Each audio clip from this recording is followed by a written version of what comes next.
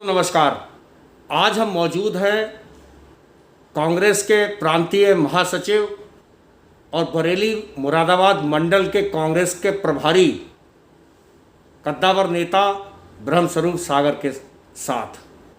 आप बीते दिनों शाहजहांपुर लोकसभा सीट से कांग्रेस के टिकट पर चुनाव भी लड़े थे और बहुत ही प्रदेश में अहम भूमिका में हैं इस समय सागर साहब। कुछ खास मुद्दों पर हम बात करने आए हैं ब्रह्मस्वरूप सागर जी से। वर्तमान सरकार की कार्यशैली, समाज में मची उथल पुथल, इन सब पहलुओं पर बात करते हैं ब्रह्मस्वरूप सागर से कि आखिर वो क्या कहते हैं। आइए सुनते हैं ब्रह्मस्वरूप सागर को। भारतीय जनता पार्टी से देश की जनता को बहुत सारी उम्मीदें थी, क्योंकि भारतीय जनता पार्टी के नेताओं ने बार बार जनता को लुभावने वायदे करके उन्हें प्रभावित किया, उनका वोट लिया। जनता को जो उम्मीदें थी उन सारी उम्मीदों पर भारतीय जनता पार्टी फेल साबित हुई है, खरी नहीं उतरी है। आज सारे वर्ग, जैसा कि आपने खुद ही कहा कि सारा पूरा समाज में कोई ऐसा वर्ग नहीं है, देश का कोई ऐसा तबका नहीं है जो इस सरकार से परेशान ना हो। देश के आर्थिक हालात सबकी नज़र में हैं, बिल्कुल नीचे चले गए। हम अभी कोरोना काल से गुजरे हैं, तमाम पूरा देश परेशान हो गया। हाँ, एक तरफ गरीब लोग खड़े हैं और एक तरफ अमीर, सिर्फ पूंजीपति। सरकार का जो रवैया है वो ऐसा लगता है हमारी समझ में कि भारतीय जनता पार्टी को सरकार चलाने का कोई ना तो अनुभव था और ना भारतीय जनता पार्टी ऐसा कोई काम कर रही है कि जनता को कोई राहत मिले। सरकार चलाने का अनुभव जिन लोगों को था उन्हें भारतीय जनता पार्टी ने भी भुला दिया। आज भारतीय जनता पार्टी का एजेंडा देश की तरक्की नहीं है। भारतीय जनता पार्टी के नेता तो सिर्फ पूंजीपतियों की चिंता कर रहे हैं और खुद अपनी चिंता कर रहे हैं। उन्हें देश के ना तो गरीब की चिंता है, ना किसी मजदूर की चिंता है, ना किसान की चिंता है, किसी की चिंता नहीं। वो सिर्फ उनका एजेंडा इस समय सिर्फ है तो सांप्रदायिकता है, हिंदू मुस्लिम की खाई को बढ़ाना, इसके अलावा कुछ नहीं। वो सिर्फ अपनी वोट की राजनीति कर रही है, बाकी कुछ नहीं। देखिए, हाथरस में जो हुआ, एक तरफ तो अपराधियों ने जो किया वो तो किया, उसके लिए वो जितनी उसकी निंदा की जाए, उनके लिए सजा दी जाए, वो तो सरकार ने किया नहीं। और सरकार में ही बैठे लोग, लोकल प्रशासन, डीएम, एसएसपी, तमाम लोगों ने उस बच्ची के साथ जो हुआ उसे तो एक तरफ नज़रअंदाज कर दिया और उसे किसी भी तरह से उस मामले प्रकरण को दबाने की कोशिश की, लीपापोती करने की कोशिश की।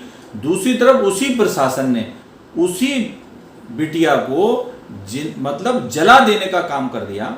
उसके परिवार को वो लाश नहीं सौंपी गई, उसके परिवार के लोगों को देखने भी नहीं दिया गया। बाद में उस बिटिया को जला दिया गया, यानी कि कहीं ना कहीं सबूत भी खत्म किए गए।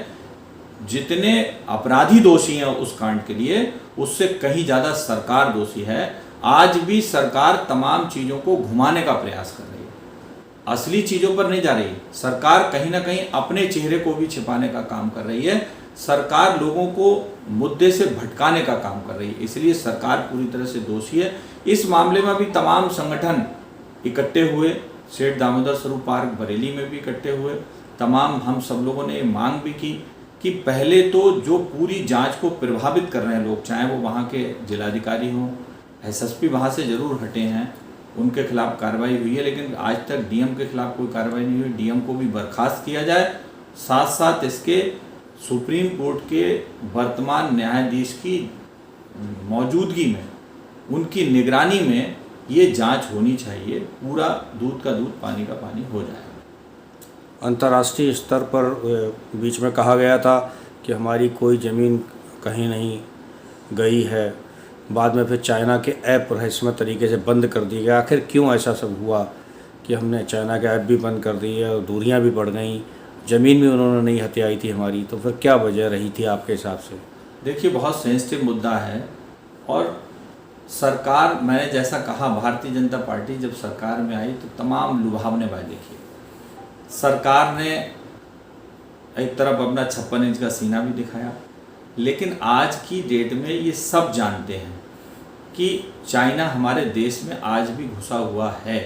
एक तरफ प्रधानमंत्री का बयान आता है कि 1 इंच ज़मीन हमारी कहीं किसी के कब्जे में नहीं है, दूसरी तरफ फिर चीज़ें क्लियर होती हैं, बार बार वार्ता हो रही है, कौन सी ज़मीन छोड़ने की बात चाइना से हो रही है। तो बहुत सारी चीज़ें ऐसी हैं, सरकार सिर्फ गुमराह कर रही है। हम अंतर्राष्ट्रीय स्तर पर भी कमज़ोर हुए हैं, ये सेंसिटिव मुद्दा है।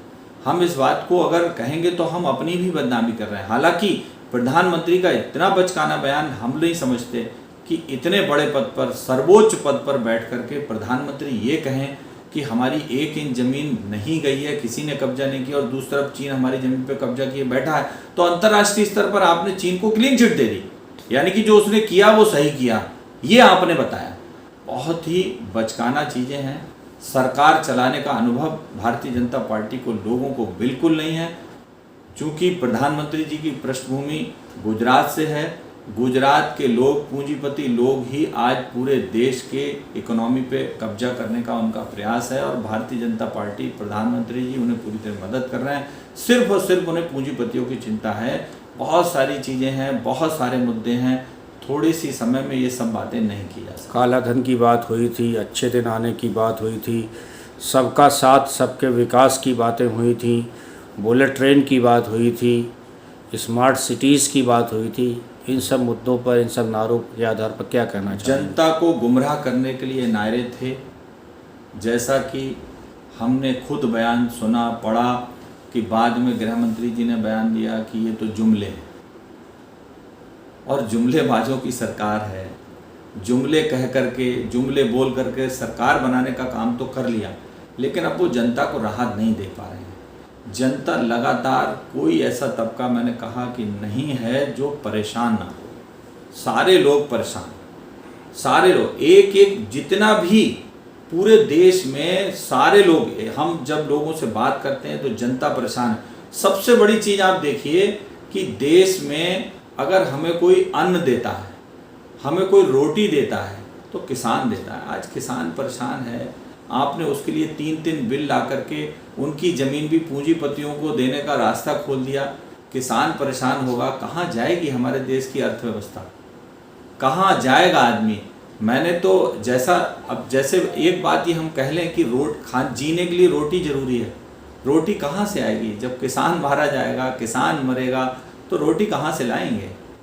किसान ही हमारे देश की अर्थव्यवस्था का बड़ा हिस्सा है, और जब किसान परेशान होता है तो मार्केट भी नीचे जाती है। आज हमारे देश के आर्थिक हालात बहुत ख़राब हैं। सारा देश, कोई भी व्यापारी वर्ग भी, जीएसटी आया, आज जीएसटी में बदलाव सरकार करने पे मजबूर है, जीएसटी लाए, और आज सारे व्यापारियों का व्यापार भी चौपट। हालांकि सरकार ने ऐसा दिखाने का प्रयास किया है अभी कि कोरोना काल में ही अर्थव्यवस्था नीचे गई है, जबकि कोरोना से पहले भारत की अर्थव्यवस्था बहुत ज़्यादा नीचे जा चुकी थी, आर्थिक हालात बहुत ख़राब हो चुके थे। सरकार को बहाना मिल गया कोरोना का। अंतिम, आपकी कांग्रेस की अगर सरकार होती तो कैसे क्या मैनेज कर पाते? देखिए, कांग्रेस ने, आपके पास क्या फार्मूला है देश को आज़ादी से अब तक, आज़ादी के बाद से अब तक कांग्रेस की सरकारें रहीं।